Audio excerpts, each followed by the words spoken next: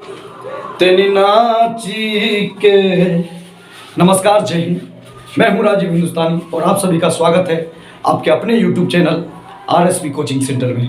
दोस्तों, आप लोगों का प्यार और सहयोग इतना मिला कि कुछ विद्यार्थियों का क्यूरी था कि सर, द्रव्यमान और भार में क्या अंतर है।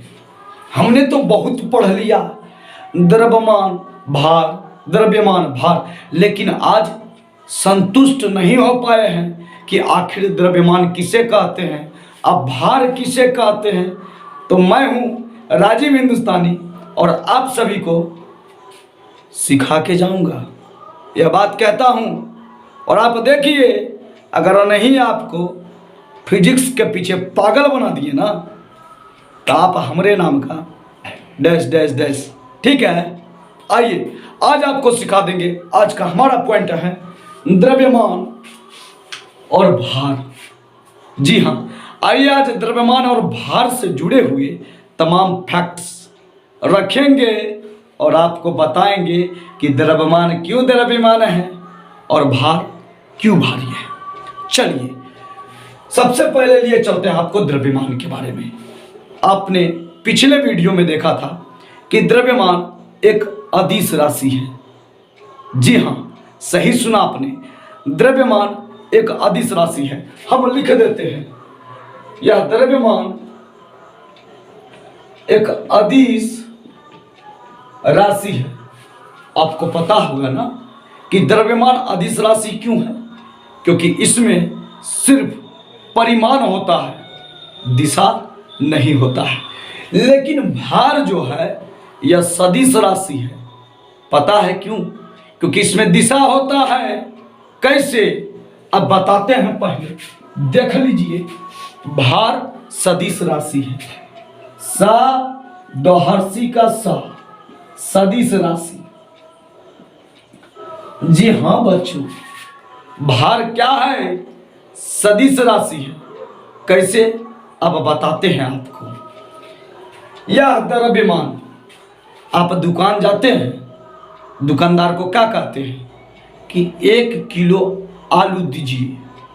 आलू 1 किलो, किलोग्राम नहीं बोलते होंगे, लेकिन होता है 1 केजी जैसे बोलते हैं ना, तो के से किलो, आजी से ग्राम, 1 केजी।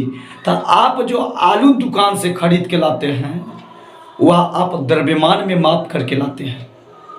नहीं समझे? समझाते हैं। द्रव्यमान क्या होता है बुआ?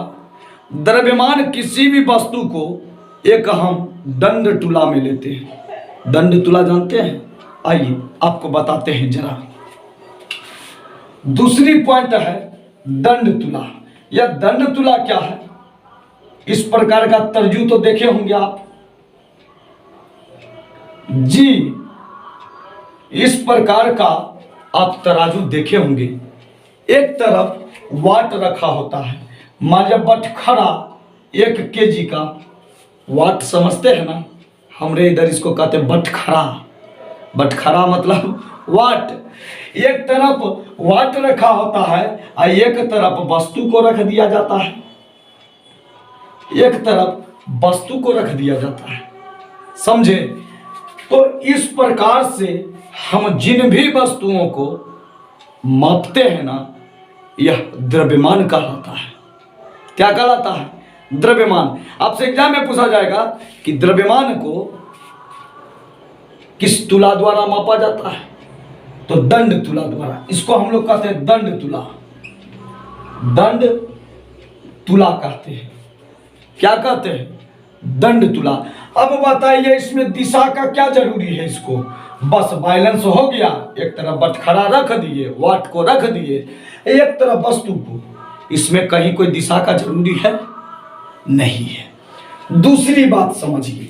अब तीसरी बात एग्जामिनेशन से जुड़ा हुआ है कि आखिर द्रव्यमान का व्यंजक क्या होता है, फॉर्मूला क्या होता है। तो मैं आपको बताता हूं। यह तो पढ़े होंगे, एफ बराबर ए में पढ़े हैं ना। तो एफ से हो गया बल, एम से हो गया द्रव्यमान, ए से हो गया त्वरण। आप सभी जानते हैं एक्सेलरेशन। तो द्रव्यमान बराबर देखिए क्या हो गया बच्चों, द्रव्यमान बराबर, यहाँ द्रव्यमान इधर पलट गया, अर्थात बल बटे त्वरण। जी हाँ बच्चों, द्रव्यमान बराबर, तो बउआ द्रव्यमान बराबर बल बटे त्वरण। क्या हो गया? द्रव्यमान बराबर बल बटे त्वरण। या फॉर्मूला याद रखिएगा क्योंकि एग्जाम में काम आएगा आपका। क्या तीसरी बातें आपको क्या बताएं, तो m बराबर f बटे ए हो जाएगा। क्या हो जाएगा? m बराबर f बटे ए। समझे? अब आइए एक बात और पूछ लीजिए कि द्रव्यमान में ना पृथ्वी पर कहीं भी किसी वस्तु को मापिएगा ना, कोई अंतर नहीं आएगा वस्तु के परिमाण में। समझे कि नहीं? जैसे आपको पता होगा कि पृथ्वी के विभिन्न हिस्सों पर, जैसे ध्रुव पर छोटी जी का मान अधिक होता है, जिसके कारण वहां पर वस्तु के भार में कमी आता है। द्रव्यमान में कोई कमी नहीं, द्रव्यमान सर्वत्र एक समान होता है। समझे कि नहीं? द्रव्यमान में कोई हेरफेर नहीं। देखिए कहने का मतलब है द्रव्यमान पृथ्वी के सभी स्थानों पर बराबर रहता है, द्रव्यमान कहीं नहीं बदलता है। समझे? आइए अब आपको हम भार से परिचय कराते हैं। सुनिए जरा, भार क्या है? देखिए भार एक सदिश राशि है। तो बच्चों जैसा कि मैंने आपको बताया कि द्रव्यमान पृथ्वी के किसी भी हिस्से पर ही नहीं, ब्रह्मांड के किसी भी हिस्से पर द्रव्यमान का मान बदलता नहीं है। जी हाँ, अब आपको बताते हैं भार के बारे में। भार एक सदिश राशि है। पता है क्यों?